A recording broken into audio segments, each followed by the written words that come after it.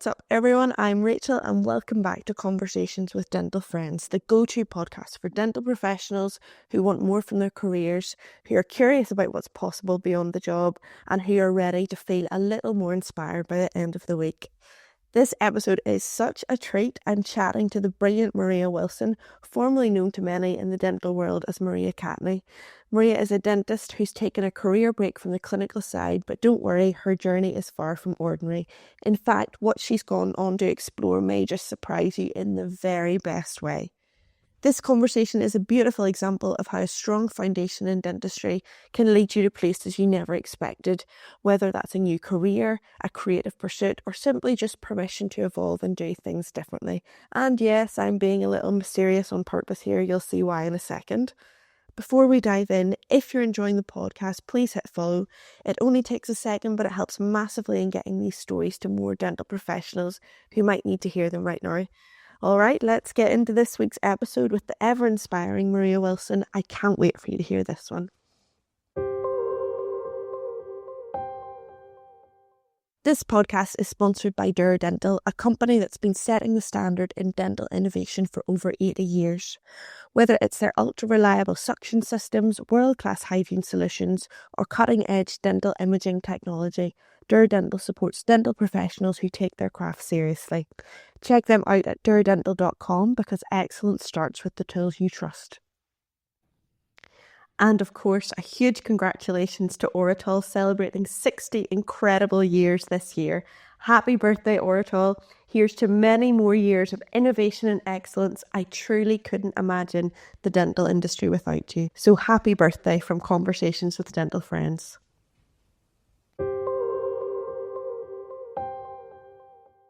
Hello, Maria. Hi, Rachel. Welcome to Conversations with Dental Friends. Thank you so much for being part of our podcast today. For you. I know. Maria and I have worked together way back at the beginning of my career. We worked together for a long time, but now we are gal pals. And Maria and I are going to very much enjoy ourselves today, I'm sure, on our podcast. Maria, you have been in the dental industry for quite a while now. Can you take us back to the beginning? How did you first get into dentistry? A long time ago in a galaxy far, far away. Yes. I am old. In the 90s, I made the decision. Good old 90s. Yeah, to go to dental school. At the time, I would say as like an all-rounder in school. So in terms of subject choices and career directions, I had plenty of options, and I was going to be a writer or a filmmaker. And then my daddy told me to get a real job. Yeah. Right? So That old shit had it. the 90s were a different time. If you're familiar with Dairy Girls, it's pretty much a snapshot into my life. It really is, isn't it? Yeah. I even had a green uniform coming off the back of really fractious political situation. We had things like the Women's Coalition Party coming to try and raise the voices of women within a political sphere. We were, in terms of things like women in careers, probably a bit behind other parts of the world. So definitely the idea of having a secure job, a piece of paper at the end of it that said, I am a dentist, I am an accountant, I am an engineer, I am a doctor, I am a teacher. That is something that I think was really aspirational for parents, for their children. 100%. I think there's so many people that have had that career talk and have been shepherded into certain areas. Yeah. It's like one person has to do this, one person has to do this. Yeah. So I relate, absolutely. Yeah. Sort of having a look at what I could do and what I wanted to do, it was like, oh, you should be a doctor. I like 1,000% knew that I didn't want that postgraduate career pathway. Yeah. My mummy was a nurse, and so I knew what that involved, traveling different hospitals, the hours and nights and all that type of thing. I was like, no, not today. So I thought dentistry looked like good 9 to 5, good job for a woman. Yeah. And also had the sort of hands-on, but I like as I would say a creative person. Absolutely. I think that dentistry sucks in a lot of creatives. We're probably all a lot more creative than we give ourselves. It's an art, not a science. It is. That we give ourselves credit for. So that was paving the way to go into your undergrad degree. Which A levels did you do? I did chemistry, physics, biology, and English literature. Fabulous. And then you went to Queen's University in Belfast. made the travel, made the trip up to Belfast, and had those good times. Had those good times. Too many. So you qualified in 2006 from Queen's, and I know after that you have spent an awful lot of time in postgraduate study since then. Can you talk me through the different courses that you've done? What kind of made you go down that route, and how did that shape your career as a dentist? So I went to Liverpool to do my, well, actually, Birkenhead. My husband is from Birkenhead, so I need to be really specific. He's going to want to know. Yeah, Shout out to Birkenhead. And so I went to England to do my VT, and I think here we're very insular in terms of who goes to the university, who's lecturing at the university. Sure. So I think when I was doing my VT, I was training with dentists who qualified from a lot of different universities. Did that feel quite freeing to go to Liverpool? Yes. Yeah, I didn't actually enter the VT application process for Belfast. I had decided to go, so... You were branching out. Yeah, Manchester, Scotland or Liverpool were sort of where I was looking. And it was a really long time ago because my VT number is a whole pile of zeros, and then I can't remember what it actually was like. Well, like we're in double digits, like 42, maybe 56, something like 56. I went there. I sort of thought, and you get exposed to different schools of thought, different ways of doing things, different approaches, and actually sort of realized I went to university and this was the way that things were put forward to me. But there's other ways to approach it, critical thinking. Imagine that. And you had your VT trainer then, of course. Yeah, a VT trainer. And then I was going for a year. I ended up staying for 8 years. I decided that I didn't know as much as I should know or could know, that there was this whole vast world of dental knowledge out there. I'm a person that overthinks as well, and it's sort of part of me. I do crave being excellent, but I also crave knowing that I know everything. There's no mistake in what I've done or the decisions that I've made. So having that knowledge base and building on that was really important to me.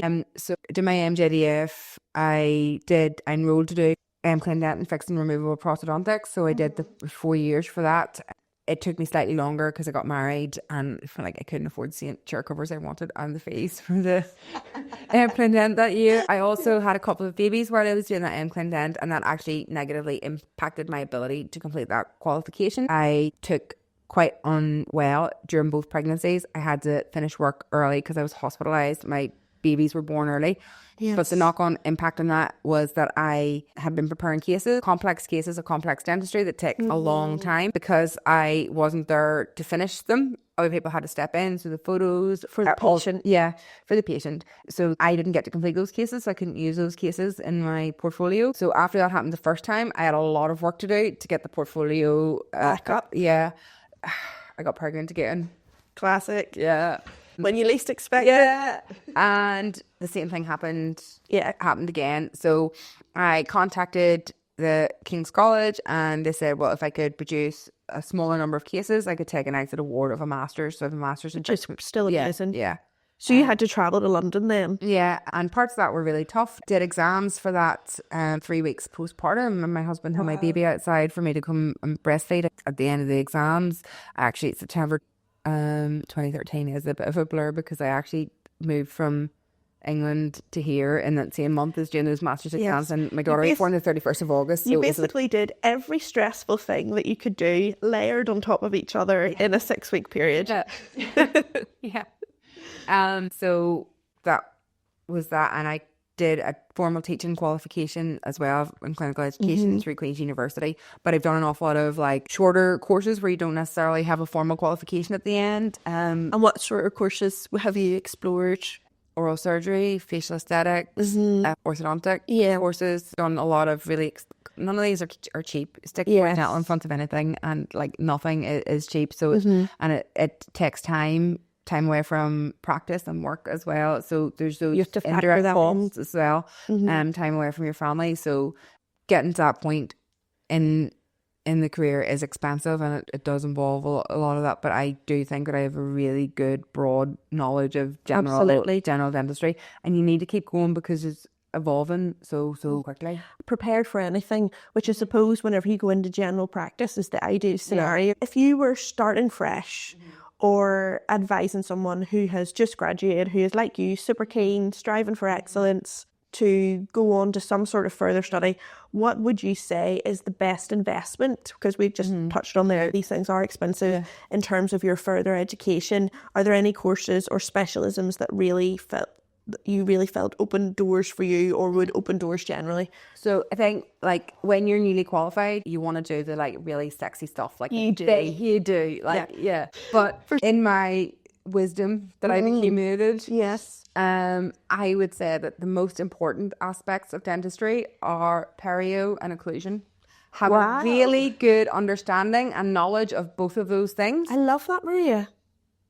And everything else will flow. Will flow. Like, so know the basics. The foundation, stability. Yeah. Both of those things are so important. So top and tail. And then like fill your sandwich with whatever you want. That's amazing. Because I bet you people, of course I'm a perio head, as you know, but doing what I do. But I think a lot of people, because perio isn't that sexy, is it? To me it is. You know, I'm a personality kind of girl. But I think that having that real understanding of, if we don't sort this out, it doesn't matter what we do next, because ultimately there's an expiry date on it.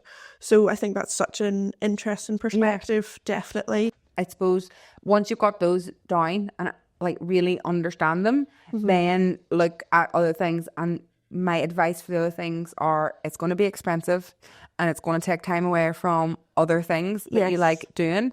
And it's going to be something then that you want to use through your career day to day.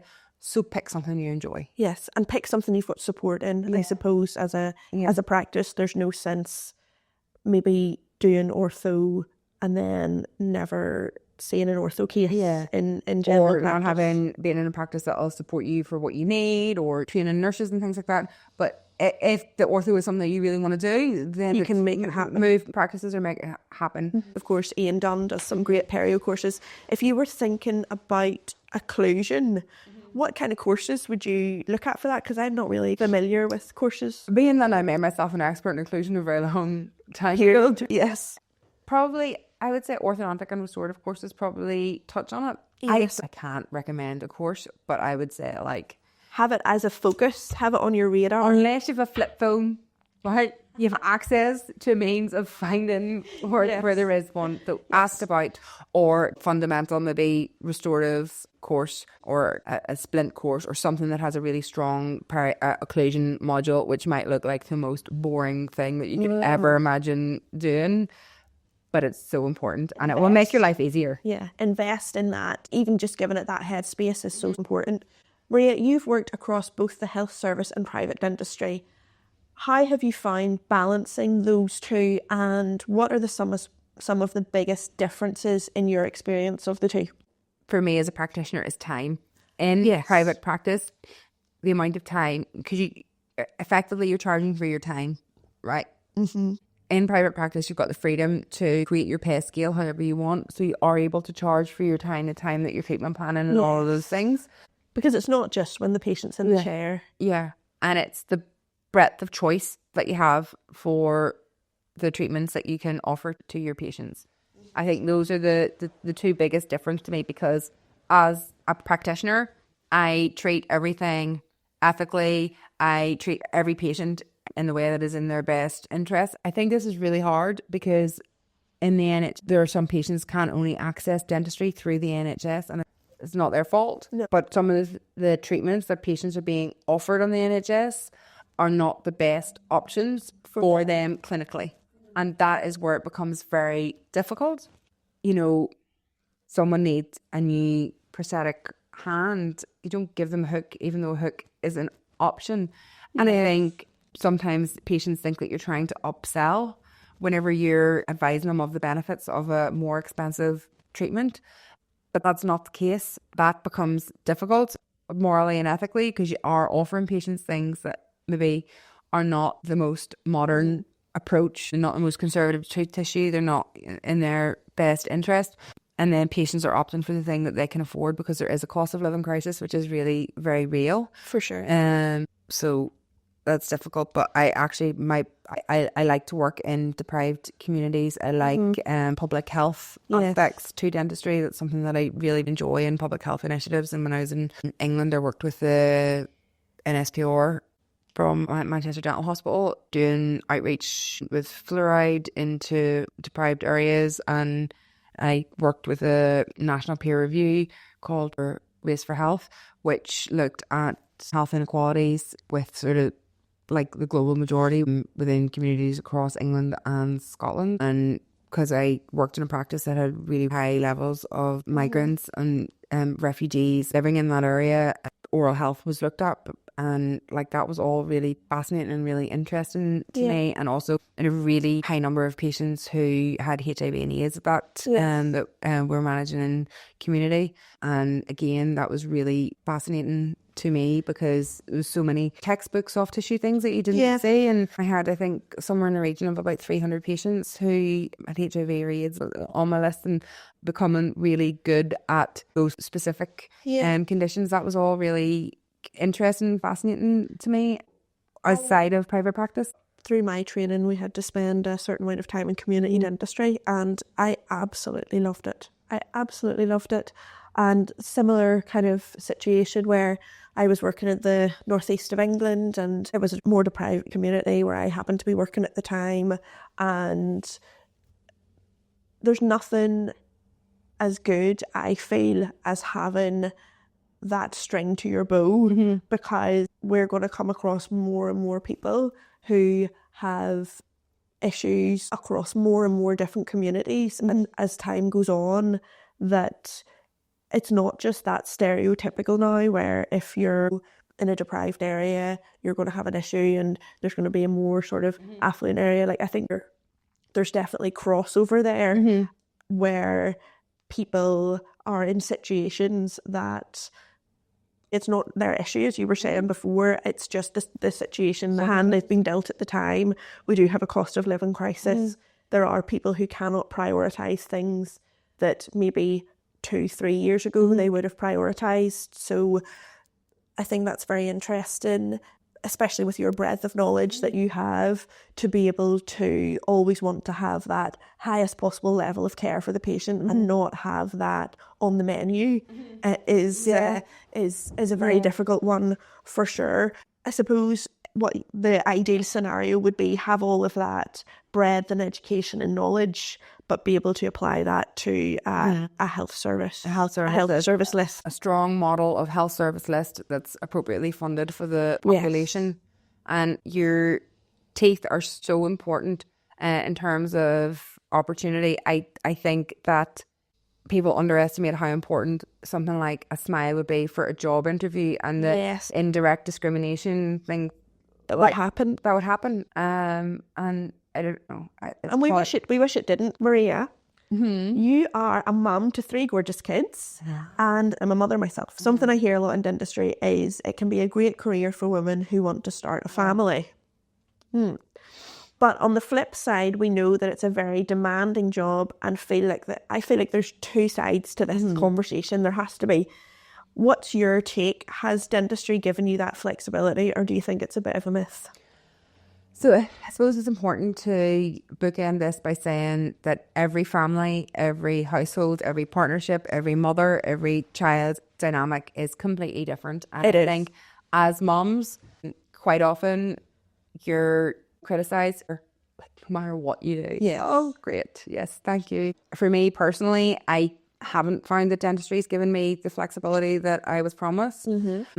I think also what we need to look at is that people still say things like that, where when you are in a healthy, functioning relationship, that actually the mental load, the mental burden and the burden of responsibility for managing the family should be, I'm not going to say equal, but equitable. So there's this give and take on both sides. That still doesn't happen. I think quite often you might have a unicorn who's the most evolved man in the history of my husband is very evolved. My husband is open to learning and change, but like he's still like a very busy, important man with a very busy job. very important, you know. Yes.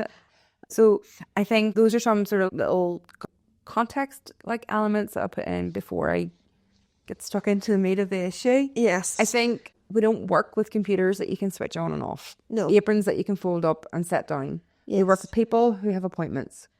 And the appointments have to accommodate patients. So your appointments can be early in the morning and extend into the evening. And that's not always our choice. No. And I think there are issues if you... So, oh goodness, great, fantastic. My child has a vomiting bug, right? That's the monkey on my back. I have to deal with it. So I can't come to work today because my child is vomiting. Okay, I have to cancel that clinic list. You could have a private patient list who you can fit them back in within the next 4 weeks. But actually, they've paid surety of appointment time. They've done something to accommodate that, and they're paying a premium to allow for that. On the flip side, you know, for an NHS patient, they may have waited 7, 8 or 9 months for that. Yes. And actually, because you are a working mother with like very tightly orchestrated childcare arrangements, Yes. you can't come in and work an extra session next Thursday like you would have if you didn't have kids. Oh, such and such is on holidays, that chair is free, move them to next Thursday, I'll see them then, because I don't have any childcare next Thursday. So I think like you don't have that flexibility, and patients have needs and they have a right to be. I have situations where my child is the only child who didn't have somebody there for like the Christmas concert, and because I just couldn't cancel or rearrange. You feel you can't. There's a guilt, I think, with us that we want a patient to be seen to our detriment at times, because the fear for me now as a mother is if my child is sick, I'm not going to be able to go to work. So there's maybe an occasion where I'm feeling a bit under the weather, but I still come in, I still push that extra little bit more, because I'm now not just thinking about my own sickness, I'm thinking about factoring in my child's potential illness as well, because we pay an awful lot for childcare, as we were discussing, and you pay that whether the child's there or not. So that's something then whenever we're self-employed. We're self-employed. So our job is very much based on what we take home is based on who we see being affiliated with a practice. So it's definitely a very tricky question, and I don't think we have as much flexibility as maybe I thought I would have whenever I picked this career as a dental therapist, dental hygienist. I picked it based off the fact that I wanted to have a family, and I was under the impression that it would give me a large amount of flexibility and allow for that. And I feel like in some places it does. Of course it does. You know, in some places, if there's 3, 4, 5 dental hygienists and there's a flexibility where you can see someone else and the patient doesn't mind that and you can get slotted in, there isn't that same element of pressure. But whenever you're the only clinician working in a practice, or you're working with your own list and you are booked up solidly for 4 months, it's very difficult to keep that plate spinning. I think so. And for me, there were other considerations as well. I work part-time. Even working part-time, you still have a lot of costs, but because you're working less, the ability to absorb those costs or mitigate those costs if you're off because it's half term or you're off because it's the summer holiday, and the amount of the village that you have around you. My husband's from England, his family are all based in England. I have 2 brothers who both work full time, and I have older parents with health issues. So they support me where they can, but they do not have the health to be able to support me the way that I would need if I was working. I have a child with a lot of additional needs, and he needs a lot of support. He would not cope in being in school and then being in like after school type of things. And I don't know, I hope maybe by the time he gets to secondary school that would change, but he needs me, and I've put a lot of time and money and investment into my career, but my son needs me. So that has to be. And I then switched to working mornings so that I could be there in the afternoon for the school run. I have to say that the company that I was working for are fantastic, and be as flexible as you want, saying, and that's not always the case. That's not always the case. So I like what would happen then? Maybe emergencies come in, people walk in with swellings, something comes in, it doesn't take as long. You're trying to do as much for the patient. In NHS, often you're running behind, and there's paperwork, there's referrals, and there's letters, and it's really stressful. Am I going to get to school gate in time? And there's one week that I didn't twice. And if you've got a child with autism who's expecting their parent at the gate, and then their parent is not at the gate, and then the entire rest of the afternoon we can't get past that mummy was not at the gate when mummy was supposed to be at the gate. Yeah, so it's difficult. For me to take a career break, it actually still costs me money. I'm like in negative ducats at the minute because I have to pay my registration, which is not cheap.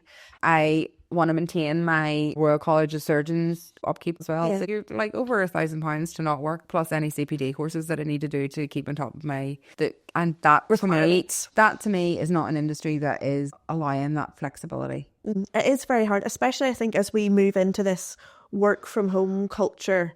We see things maybe through a slightly different lens that we wouldn't have pre-COVID, where most people would be in an office. So most people's relationship, both partners would have those constraints, whereas there is now an element of flexibility in different industry where you can close your laptop at 2:30, do a school run, all of the things that happen at home, open your laptop again at 7:30, do another couple of hours work. Whereas that would involve us, whereas that would involve us having a patient in our house. I think it's very hard to hit your professional goals, because we all have professional goals, hit your goals of clinical hours, of what you need to financially make everything work, and hit those goals around your family life. And maybe some very clever person will find a way of letting us have it all, but I think definitely it's not all tied up in the nice little bow that maybe we were initially sold it as. This episode is sponsored by Lighthouse Dental Company, your partner in creating beautiful, functional dental practices. From equipment supply and servicing to full refurbishments, including flooring, cabinetry, electronics and plumbing, they manage the entire project so that dentists can focus on what matters first, their patients. You can explore how they bring practices to life at lighthousedentalcompany.com. I think as well, when we were younger, it was this whole idea of you can have it all, you can have a career and a family, you can get 2 full-time jobs for one. And I think a lot of the time as well, when we were being told we could have careers, we could have it all, people were not training their sons to be the husbands or partners of women who had it all. Yes. So I think there just maybe a knowledge gap there along abroad, and I don't want this to sound super critical of because like he tries, and my husband has a very busy job. Again, he's got another one of those jobs that he has to be at work. You can't do it from home. Yes. And I think you've got 2 people in a household like that. Again, it makes it tougher. Yeah, it makes it tougher. And the amount of time that you lose in commuting from your day as well, factoring that in. Whereas if you're working from home and you start at 9, that commuting time, you can be throwing stew in a slow cooker. Yes. Right. You can be emptying the washing machine or putting a load of washing on that you'll lift out and hang up on your line. And often the grass is always greener, and there are so many benefits for us as clinicians. There's so much there that's good about our job, and there's so much there that makes us feel fulfilled as people. But also, I think not everybody realizes the paddling that's going on underneath the water. And as much of dentistry has a front of stage job, there's a big backstage job which you do then end up doing. But as well. Nobody is as efficient as somebody who's spinning a lot of plates. Yeah. And you do find ways of making it work with referral letters and telephone calls. And now there is an element of expectation to be creating some sort of content with your role, which is another little plate to have spinning up there too. So I think obviously we all smash it, don't we? We smash it in our own way, and success looks different to everybody. But I think that there needs to be a spotlight on maybe how impactful a traditional start at 8 a.m, finish at 5 a.m, do a late night, work a weekend can be. Yeah. So yes, it's a good conversation to have. I think it's a good conversation to have. We could talk about that all day, of course. I think even as well, just a slightly different angle on it, because I know you and I are quite similar in terms of this, but we carry a lot of what happens at work in our minds outside of work. Yes. So if you're trying to balance the mental load of your household, but also thinking, I did this, what could I do for that? Is that patient going to be okay? Will they be back in tomorrow? Yes. You know, I need to do this. I want to do another course on this. And all of that isn't something that you can just switch off a computer. I'm not saying that people who have computer-based jobs For don't sure, have stress yes. or work-based stress. But for me, as a dentist, there's never really a switch off button. And if I'm off for 2 weeks, which I'm not getting paid for because we're self-employed, but my childcare and indemnity and my Royal College membership and all of those things that keep ticking up financially are going, it could take me nearly a week to switch off from that. And if you're off but the practice is open, I remember different working situations where I only ever really felt like I truly switched off whenever the practice was 100% closed. For Agreed. Christmas or for different holidays. Sometimes whenever you're off but things are still going, your mind is still there to a degree as well. And the practice will just pick up the phone and ask you a question or ask you this or ask you that or send you a text message such as cancelling, but they need their denture for going on holidays. When could you fit them in? And then you're ringing, and what's the diary like? And you're like, actually, I don't feel like I've used this time to not be at work, and that could just be on your day off. And those things take time and mental energy, and it's a lot. It's definitely a lot. Maria, I'm all about balance on this podcast. And at the end of 2023, you decided to take a sabbatical from dentistry. I love that you've given yourself that space. Can you tell us a bit about what you're up to now and what inspired that decision? Okay. So Christmas 2023 was a bit of a turning point. My daddy had been really ill for the previous couple of months. Haven't got parents that are able to support me in a regular childcare capacity. Sure. Daddy would have done wee bits for me, dropping somebody to football or collecting somebody, or if I had to be in two places at once, he could have done bits and pieces like that. And I didn't have that support. It became very stressful. I was working in the health service, which at the minute the system is broken. It's difficult. There are a lot of access issues which are beyond the scope of dentists. It's beyond the scope of practices and practice owners. To fix access is difficult in the NHS, yes. And that becomes very stressful as a practitioner when you're trying to manage patient care with like these barriers to providing care that the system places. So I found that very, very stressful. And I decided that I was going to go back in January and hand my notice in. But I did 6 months notice. So I worked right up until eras 2024. That was my finish. I finished on the Friday and I saw Taylor on the Sunday. How fantastic. That started my new era. What a metamorphosis moment. Taylor would be so proud. She would. She'd be so proud. So now I'm sitting at about the 9-month mark of that sabbatical. I've mentioned that my son before needed a lot of extra support as well. But I was working part-time, dental costs, childcare costs, all those things. I actually wasn't particularly contributing financially to the household. So in terms of what we were giving up financially, that didn't become a huge consideration. And sometimes somebody might just not want to do it anymore, and that's okay. That's okay. What am I doing now? This is the big reveal. Big reveal. I actually, in 2022, in the early stages of another round of postnatal depression, I entered a Twitter pitch competition to pitch an idea for a novel, and I had a HarperCollins editor contact me and asked me to send them the full manuscript. Now, I hadn't written from I was at school, so I was like, I don't have a full manuscript, I have a tweet. And I said, Well, how many? Probably a tweet can be however long you want it now. But I think at one point 280 characters. Yes. That's what I have, 280 characters. Yeah. And I said to my husband, I think I might want to start writing again. I don't know who I am. I feel very lost to dentistry. Felt excited. I did feel excited. Yes. I felt very lost to dentistry, and I felt lost to childcare or to being a parent, because being a parent, I think it is the hardest thing that I've ever done. And I have had postnatal depression as well. So my now 3-year-old, just after she was born, it was Valentine's Day 2020, and she was a few months old, and I decided I was going to get out all my old albums from when I was 16, and I was going to like have a chat to 16-year-old Maria. And who is she? Maria, I love that. Yes. Who, like 16-year-old Maria wanted to be a writer or a filmmaker. Did. Yeah. She was a bit of a dose. Like, I think 16-year-old Maria might have felt that she wanted to like write literary fiction, because, you know, she's an intellectual. She probably would have had a salon, doing it English literature, A level. Yeah. But, you know, 2022, Maria was like, have a wobble with yourself. Your mind's broad enough.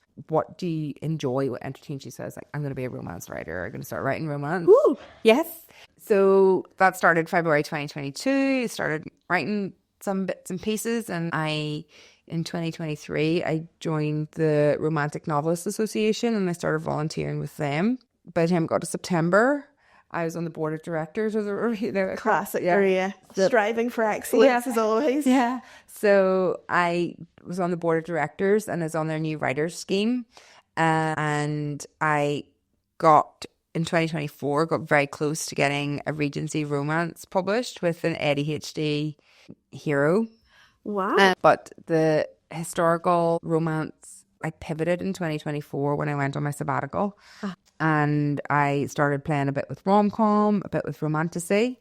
And I had an idea for a romantasy, which I pitched at a writing conference in 2024, and it was well received. So in September and October, in early mornings and like at the sidelines at hurling practice and things like that, I wrote a romantasy novel from start to finish, and I edited it, and it was quite quick because I write quite quickly, because if you're used to balancing 40 patients a day with all their needs, like, you don't have time to, you know, mess around. And the day before Halloween of 2024, I was like, right, okay, I'm going to send this to some agents. And then I was getting emails back the same day. Can you send me the full manuscript? So there's a real flurry of agent interest, and I had a lot of agent interest. I had multiple agent offers, and within 2 weeks I signed with my dream agent, and that's another hurdle in the road to publication. So we're now currently working on the manuscript to try and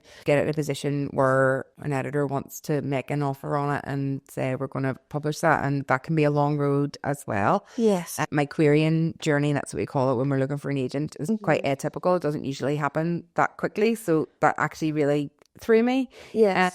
But yeah, so it's very Irish mythology inspired, and like it's good fun, and I loved writing it, and I love, none of it feels like work. Even if you're doing something really hard, none of it feels like work. Possibly because I haven't been paid for it yet, so maybe there's that classic exchange of work that's missing. But yes, that's good. That's fantastic, Maria. And if anybody's interested, at Saoirse Morrigan, because I don't write under this name. Yes, I'll link everything. Yeah. I'll link all of Maria's details and writing account. At the bottom here. There's so much to take away from that. So much. Well, I am a lot. So much rebirth there, and I think 16-year-old Maria would be so proud that you have navigated. I think whenever you reach a certain point, there is something inside you that thinks everything is figure-outable.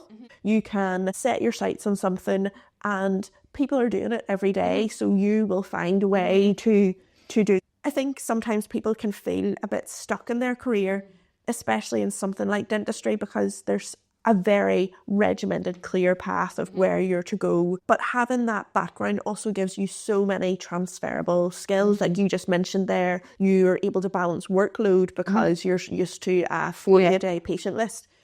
What would you say are the biggest advantages of having a dental career if you fancy a break or even entire career shift? Okay. So many of the skills that you learn in dentistry are really transferable. Yes, and people don't realise. No, I mean, the qualifications aren't pretty rigid. But the skills that you have are, I think, first and foremost, professionalization like is a core part of like the process of becoming a dentist and then working through the career. You learn to be a professional. You learn to balance workplace environments, the needs of patients, the entire concept of our regulatory body influence in your behavior in all aspects of your life. So I think you bring being a professional, and I think it's so important. The core. Yeah. Time management, being efficient, critical appraisal skills. Yeah. You know, your ability to... And open to criticism. Yeah. Yeah, definitely.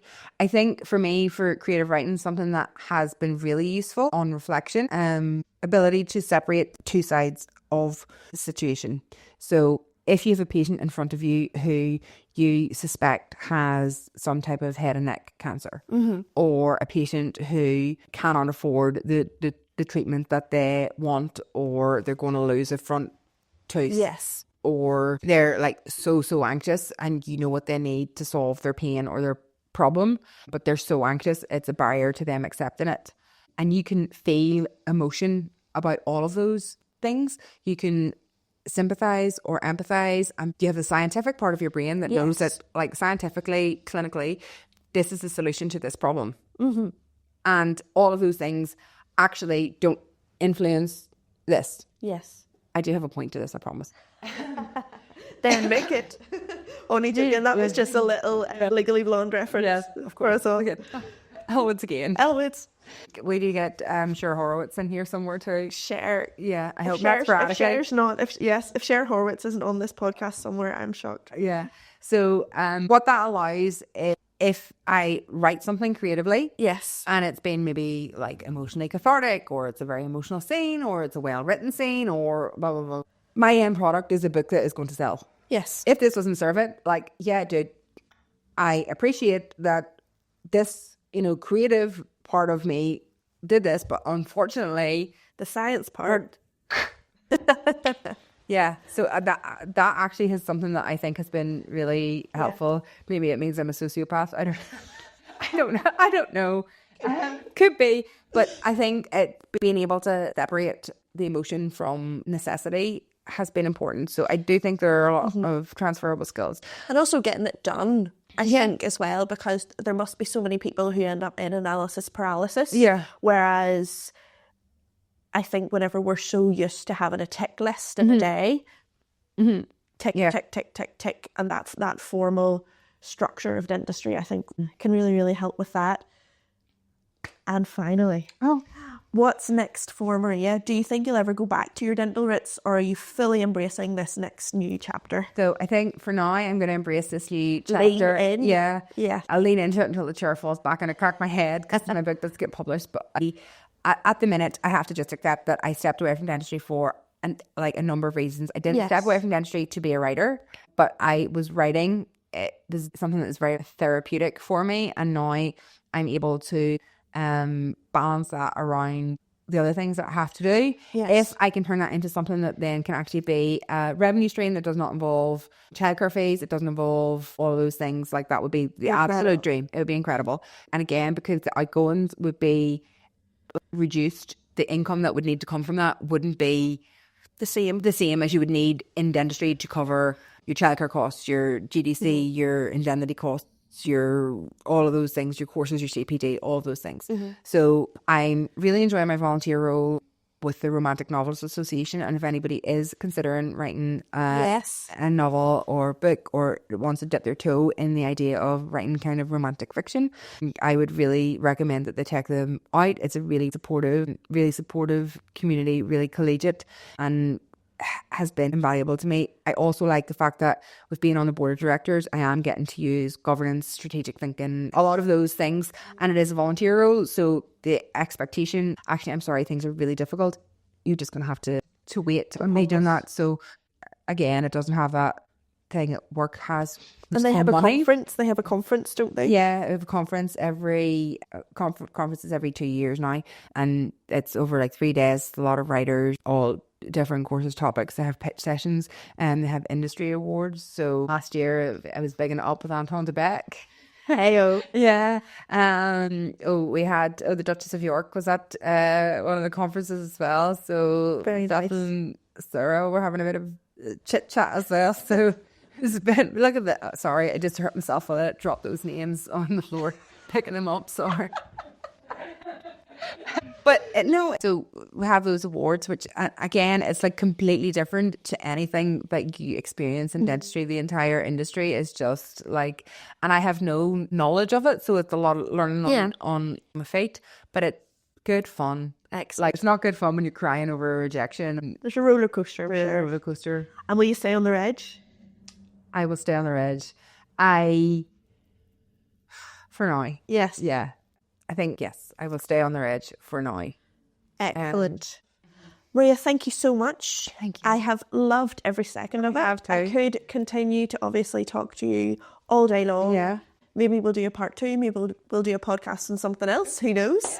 I could do a shameless book promotion and We could. get published. We could.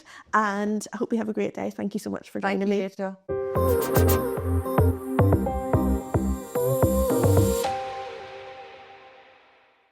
Okay, how brilliant was that?